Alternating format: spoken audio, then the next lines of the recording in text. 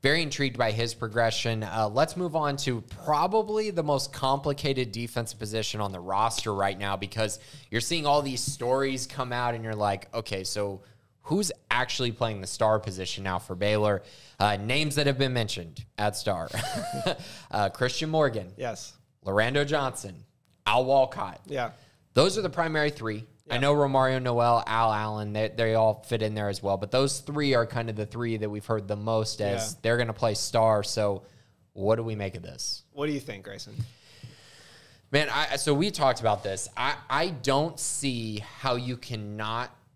So first of all, let me preface, I'm not a huge believer in Mark Milton. I'm really not. And so for that reason, I feel like it's very hard for me to get aboard moving Al Walcott when I just have no idea what the other guys look like. Now, if you were to tell me they have two great options at corner, we're good to go, maybe this signifies that. Maybe this is like we can move him there because we feel so good about these guys.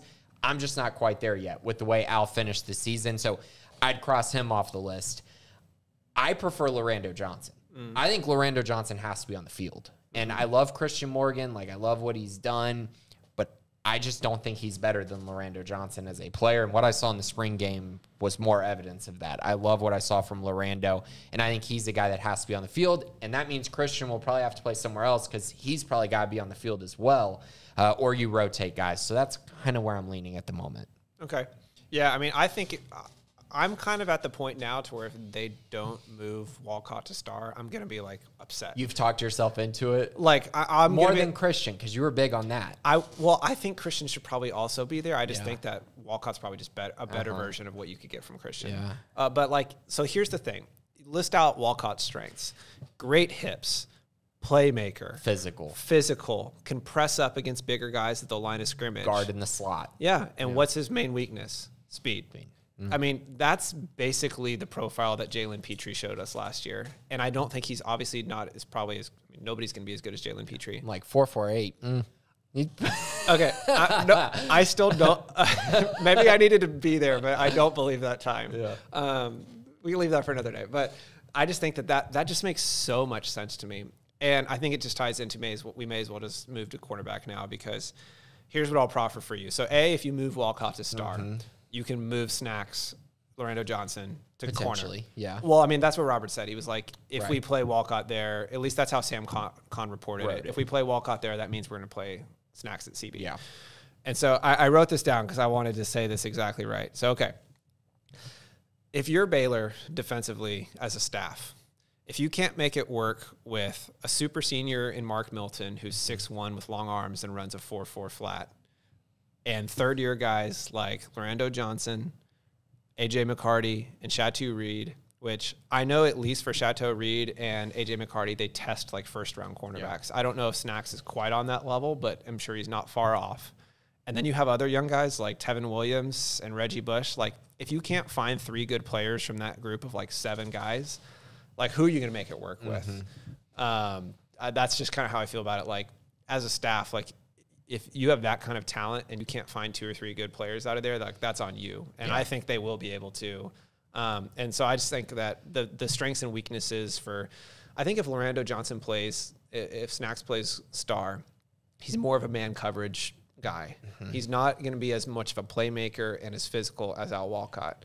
And so I think, just flip their responsibilities essentially. Yeah. And I could see that. I think that's probably where my other part of that is that Lorando and Christian Morgan complement each other so much more at the star than Al Walcott and Christian Morgan. Like, I think Morgan would just be the odd man out. Like, they're so similar. Redundant. Yeah. Whereas Lorando and Christian are polar opposites in my eyes. So it's another situation though, where because they've gotten so much experience there, like, whoever starts the season at star doesn't necessarily need to finish it. For sure. And I would also say that makes me feel more comfortable if Lorando is playing corner, because he needs to be on the field. Like, he's just, I think he does very too. Good. I mean, and I think what they've set up a situation for is if they really do upset me and keep Walcott at corner, but then Lorando gets hurt, like, you could pretty easily move Walcott to star. Yeah. He's already played there. But in the reverse of that is pretty simple as well too. It's like, if things don't work out at corner and you've got Walcott at star, like, you can very easily, I think, move him back. I don't think it's imperative that he practices at fall camp at corner. I think I would rather see him make it work at star, and then he can always move back if he needs to. Okay, well, then let's move back a little bit. So if Morgan is the odd man out at star, is he the starter somewhere else, or do you view the double Devins as the starters at the boundary and field? I think I lean towards the double Devins, which for those of y'all, that's Devin Neal, the boundary. I think barring, the monkeypox or something like that coming to him, that's basically pretty set in stone. Mm-hmm. I don't see anybody usurping him at the boundaries. I've said before, and I still believe it, I think he's probably going to leave Baylor as the best overall safety they've had in the past 10 or 20 years. And then at the field spot, you have Devin Lemire and Devin Bobby. Mm-hmm. And I think whichever one of those guys wins out, I feel pretty comfortable with. Where does that leave Christian? I think he could serve a defensive role in the same way that Gavin Holmes plays an offensive role, where like they carve out a special role as a team leader and playing in certain situations for Gavin offensively. Mm-hmm. And then defensively, they've got like a specific role for Christian where it's like, hey, when we're playing dime, which means, you put in an extra defensive back, we're going to use you as like a space linebacker, or like on these passing downs, we're going to use you in these situations. But I don't want him starting over Devin Neal at boundary safety because I think Neal is a better player. I probably don't want him to the field over Devin Bobby or Devin Lemire, just because I think we've seen that his weakness is kind of playing in that deep space, which is what the free safety has to do. And I do like him at star, but I like Walcott more. Yeah. And agree. he's very different from Snack, so it's kind of difficult to compare them to. So I would guess that he's probably carved out like a special role. Yeah, and Devin Lemire actually tested the best. He graded out the best of all the safety. So I do think he's got his position actually pretty firmly grabbed right now. Now, Devin Bobby has great speed, and that's definitely something that might be intriguing. They're really different players, which is interesting. Yeah. Lemire, I think, the reason why I wasn't as high as on him as you were, Grayson, is he's a really unique player. Mm-hmm. He's a guy who very much plays on his back heels, and then as soon as he explodes forward, like it's why he has such a good broad jump. Like he can get from being in that 12 yards deep to being at the line of scrimmage as fast as anybody.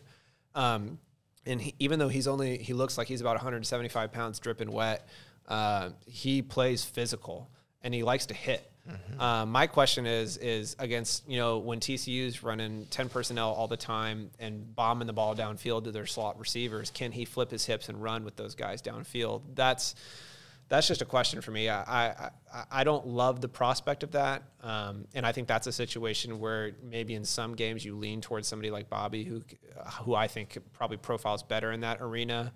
But again, this kind of ties back into how Baylor's defensive front, they're going to be able to play with two high safeties all the time, which means Lemire is probably not going to be playing a lot of solo coverage against guys. He's going to be playing a lot of combo coverage. Yeah, and I do think the long speed is his question, but I don't have as many concerns with him in one-on-one coverage as far as if he's given cushion, because he is very skilled. Yeah. Like he's very skilled. Yes. That's the best word for it, is he knows where to be and how to get there.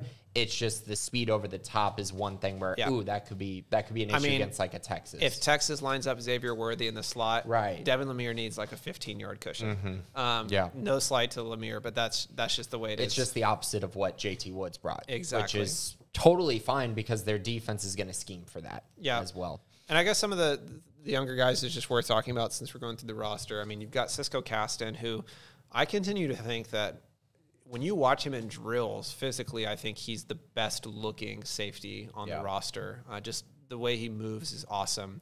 I went back and watched his high school tape, and I realized that his main weakness is he just didn't play very physical in high school. Mm-hmm. And because he's a bigger guy, like Devin Neal is awesome playing physical against the run, making sure tackles. That's where Caston's going to need to make an improvement. And who else are we missing here, Grayson? We're missing Corey Gordon, who I actually like quite a bit. And Mike Harris. And Byron Hansbard. Oh, yeah, that's right. Okay, so Byron, I think nothing needs to be said at this point. Like, if he was going to play, he would have played by now. Mike Harris really surprised me in the spring game. I actually thought he looked pretty good. Mm-hmm. He was like 5'9" out of high school and more of like a small, speedy guy, and we weren't really sure how it's going to work, but it looks like he's bulked up and he looks like he's playing pretty good. Yeah.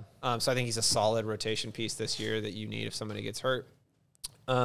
And then Corey Gordon is a true freshman that is years away from playing because Yes. he played at a tiny high school and needs to totally learn the position. And had to literally be the whole team. He played offense and defense, was the quarterback, running back, and receiver. Pretty sure he was throwing routes to himself at times as they were losing, literally, not joking, by like 60 every game. I mean, it was really bad. And he's something that, I mean, just kind of sticking a pin in him.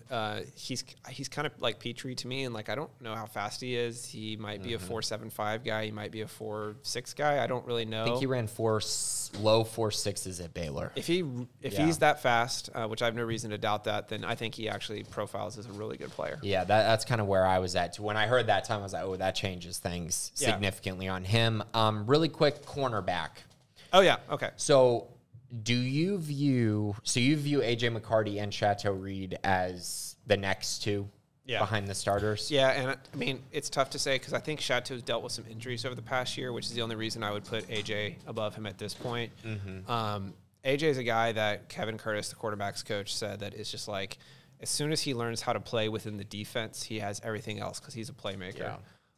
So that'll be something to watch this year. I mean, when I say that, you hear a first-round player thrown around a lot from college fans. I mean, there's only 30 first-round draft picks.